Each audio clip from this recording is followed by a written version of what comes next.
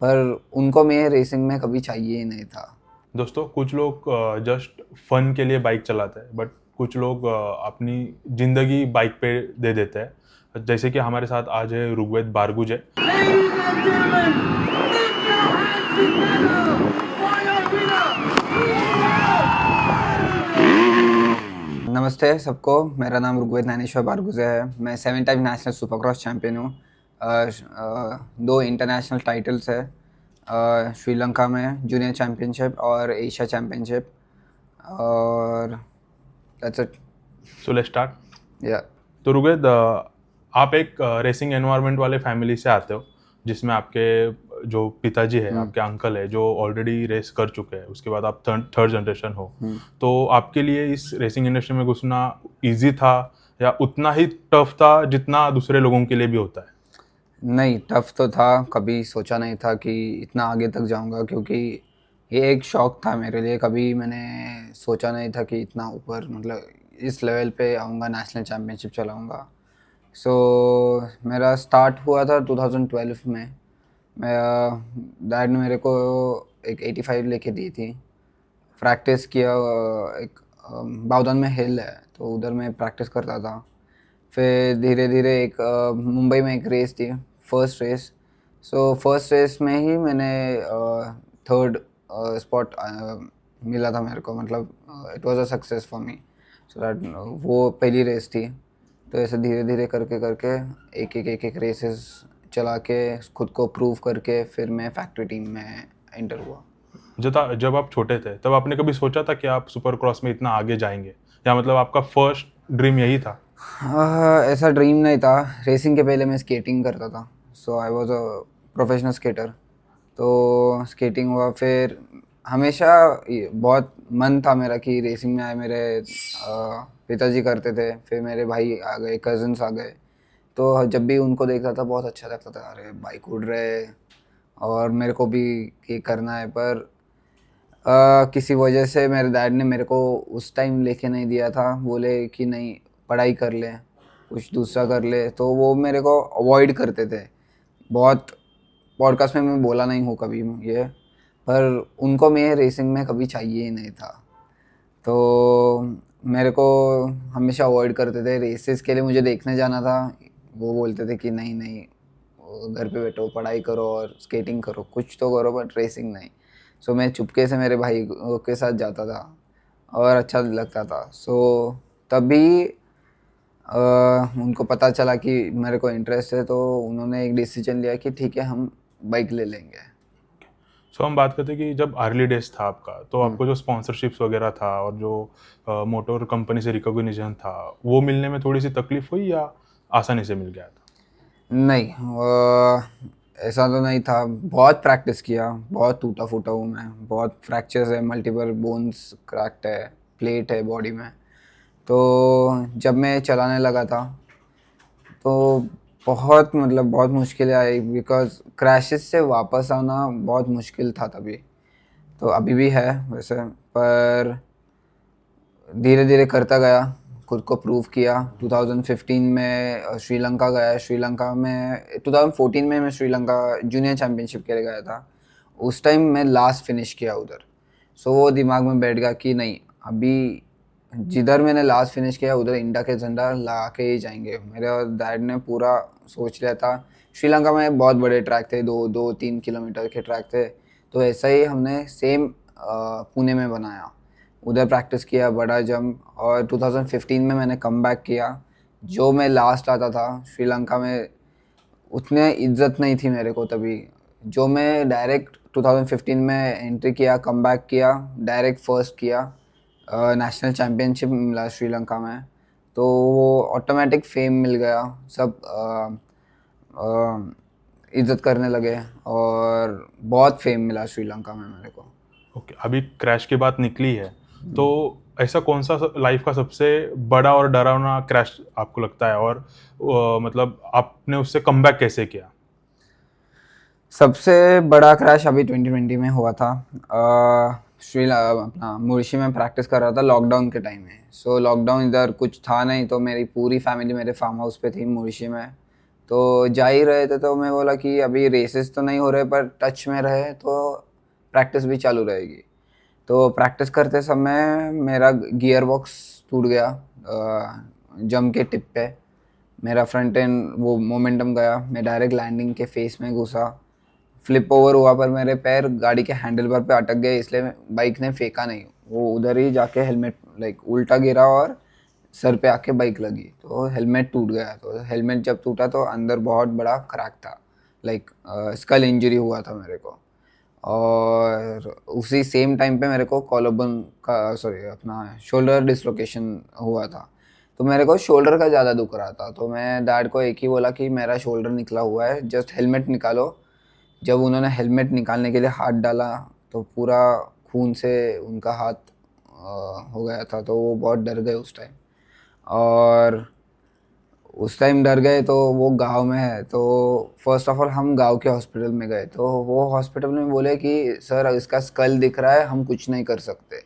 तो वो और डर गए। तो एक ही था जो ब्लीडिंग स्टॉप करने के लिए, तो घर में 1 किलो हल्दी का पाउडर था, तो वो पूरा मेरे सर पे डाला, वो ब्लीडिंग स्टॉप किया। उधर से हम सिम्बायोसिस हॉस्पिटल गए। वो हॉस्पिटल में वो बोले कि इधर कोविड पेशेंट्स आए हैं, उनको हम ले नहीं सकते। तो फिर उधर से हम, और ये 17 किलोमीटर्स नीचे गए थे, उधर सिम्बायोसिस हॉस्पिटल था। उधर से हम डायरेक्ट कोथरूड आए, ये अपना सह्याद्री हॉस्पिटल। सह्याद्री हॉस्पिटल में बोले कि सर इसको मेन सह्याद्री लेके जाओ, इसका सीटी स्कैन करना पड़ेगा। तो सीटी स्कैन उधर किया मेन हॉस्पिटल से, उधर से वापस नॉर्मल सह्याद्री में आए। फिर उन्होंने एडमिट कर दिया, बिकॉज कोविड के भी रूल्स थे। इधर एडमिट कर लिया मेरे को, कुछ नहीं, स्टिचिंग डाला। देन मैं चल फिर रहा था, मेरे को सब कुछ होश था। स्टिचिंग डाला, फिर बहुत डीप कट था, तो मुझे वो पता नहीं था, मुझे लगा थोड़ा सा कट होगा। जब मेरे को फ़ोटो दिखाया तो बहुत बड़ा कट था, मैं शेयर कर सकता हूँ फ़ोटो। तो वही एक बड़ा एक्सीडेंट था कि सर पे लगा है, तो डैड भी थोड़े से ये हो गए थे, डर हम गए। कहते कि फिजिकल हम तो रिकवर कर जाते हैं, बट जो मेंटली रिकवर नहीं कर पाते, मतलब बहुत डर रहता है, तो आपने मेंटली कैसे रिकवर किया? मेंटली ऑलरेडी रिकवर्ड था मेरे को, क्योंकि इतने एक्सीडेंट्स हो गए थे कि पता है कि 3 महीने में वो मैं कम बैक करूँगा, ये बाइक पे बैठना ही है। तो कौन से भी स्पोर्ट लो, इंजरीज तो होगी। क्रिकेट ले लो, फुटबॉल ले लो, किधर ना किधर टूट फूट तो है। ऐसा एक भी स्पोर्ट नहीं है जिधर टूटेंगे नहीं। तो उसका डर कभी नहीं था, पर जो फैमिली को वो सर के बाद डर लगा, तो डैड ने उसके बाद सब कुछ स्टॉप कर दिया। बोले कि रेसिंग नहीं, तो साइकिलिंग कर ले अभी, क्योंकि मेरा भाई साइकिलिंग में है, फिनिक्स साइकिल एकेडमी चला रन करता है। तो मैं उसके बाद साइकिलिंग कर रहा था। और कोविड जब ख़त्म हुआ तो मेरे टीम का मेरे को फ़ोन आया कि तुझे कंटिन्यू करना है या नहीं करना है, क्योंकि डैड तो बहुत गुस्सा थे टीम से। तो क्योंकि टीम की गलती थी कि बाइक फेलियर उनका प्रॉब्लम था, तो वो बोले कि नहीं करना, तो उन्होंने डायरेक्ट मेरे को फ़ोन किया।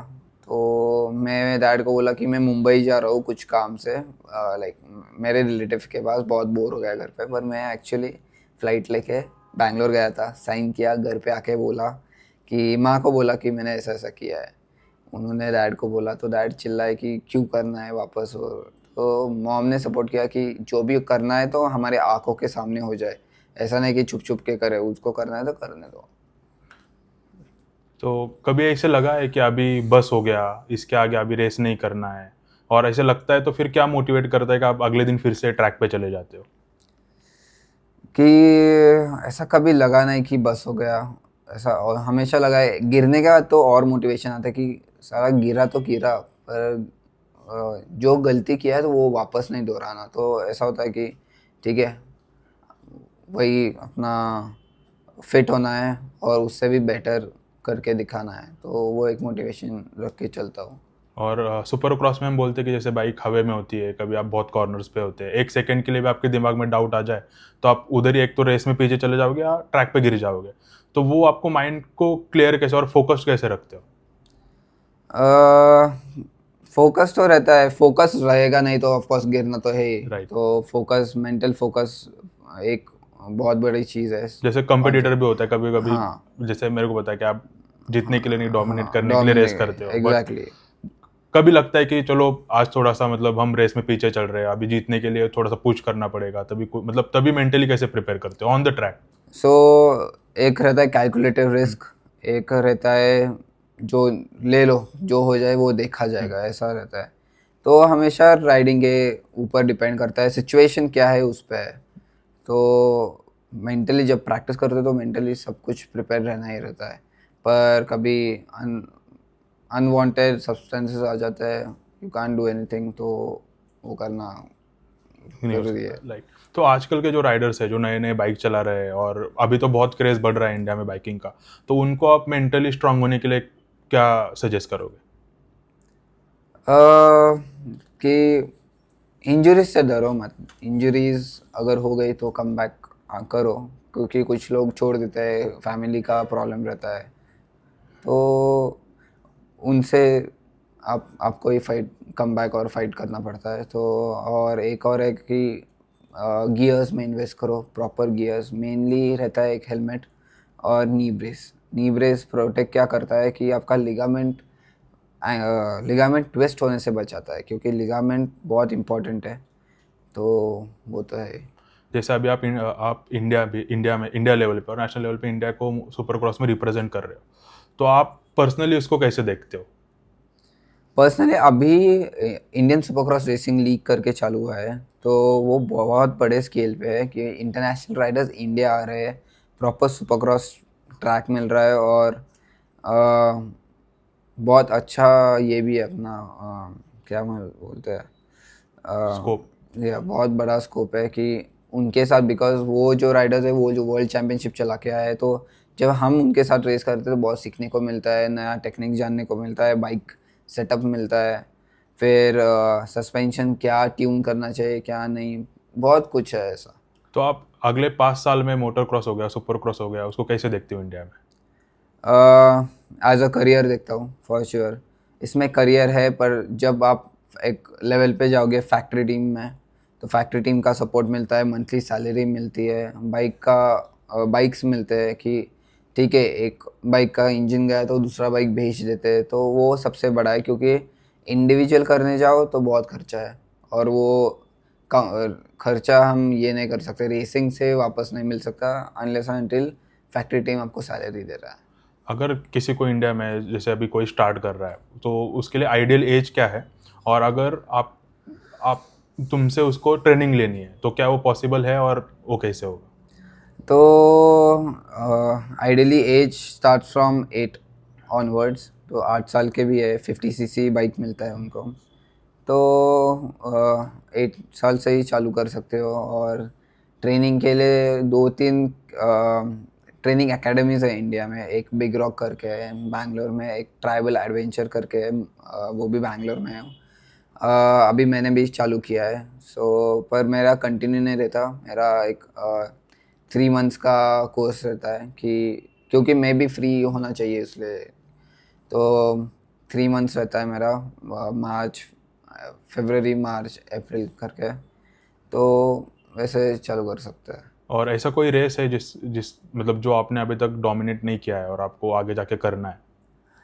एशिया चैम्पियनशिप है, 2015 में मैंने एशिया चैम्पियनशिप भी चलाया था किड्स कैटेगरी में, और तब भी बहुत बड़ा एक्सीडेंट हुआ था, क्योंकि मैं लीड कर रहा था और एक क्रॉस जंप मारा और मैं सीधा 15 फीट नीचे गया, ऊपर से बाइक मेरे पीठ पे आ गई। सो मैं वैसे नॉर्मल था, पर वो स्प्रेन आ गया तो मैं खड़ा नहीं हो पा रहा था, तो उसके वजह से चैम्पियनशिप चली गई वो, पर वो एक सपना है कि मेरे को वो डोमिनेट करना है। चलिए, तो अभी मोटरसाइकिल के बारे में हो गया, अब एक रैपिड फायर राउंड कर लेते हैं जिसमें 7 क्वेश्चंस मैं पूछूंगा, आपको उसके जल्दी जल्दी आंसर देने। पहला क्वेश्चन है, सबसे फेवरेट बाइक कौन सा है जिसमें आपको अभी तक आपने रेस किया नहीं है बट करना है? टीवीएस। यस, बाद में बता देना। कौन सा एक ट्रैक जहां आपने अभी तक बाइक चलाई है और आपको बहुत पसंद है, आप उसको बार बार वहां चलाना चाहते हो? सुपरक्रॉस ट्रैक यूएस में। यूएस वाला, राइट। रेस से पहले एक गाना जो आप सुनते हो? रेस के पहले एक गाना, तामड़ी सामड़ी। सबसे डेंजरस मूवमेंट कौन सा था अभी तक का जो आपके यही लाइफ? सर वाला। सर, अगर राइड नहीं होती तो रुगवेद बारगुजे क्या होता? स्केटर रहता। अगर एक एडवाइस जो आप यंगर सेल्फ को देना चाहेंगे, खुद को ही देना चाहेंगे जब आप छोटे थे? ये नहीं पता, ये नहीं बोल सकता। और एक ड्रीम राइड मिले आपको कि किसी के साथ तो आपको राइड करना है, तो आप किसके साथ राइड करना पसंद करोगे? Ryan Dungey, Villopoto, Haiden Deegan, okay, हॉर्गे प्राडो, बहुत लोग हैं। तो मतलब वर्ल्ड चैंपियनशिप वाले हैं सब। नाइस। तो अगर हम चाहे कि आप यूथ को कुछ मैसेज देना चाहे कि अगर जो कोई मतलब आना चाहता है मोटो क्रॉस इंडस्ट्री में, सुपर क्रॉस और any kind of motor sport activity, तो आप क्या उनको सजेस्ट करोगे?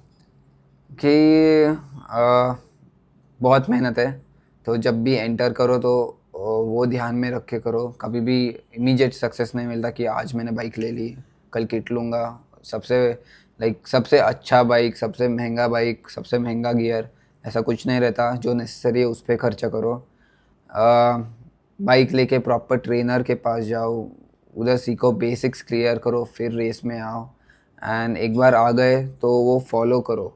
वो एक बार ट्रैक अच्छा हो गया, एक रेसेस जीतते गए ना, तो फॉर श्योर कौन ना कौन फैक्ट्री टीम उठा लेगा। अभी फैक्ट्री टीम मतलब एक हीरो है और एक टीवीएस है, तो कोई ना कोई तो उठा लेगा, पर मेहनत बहुत है।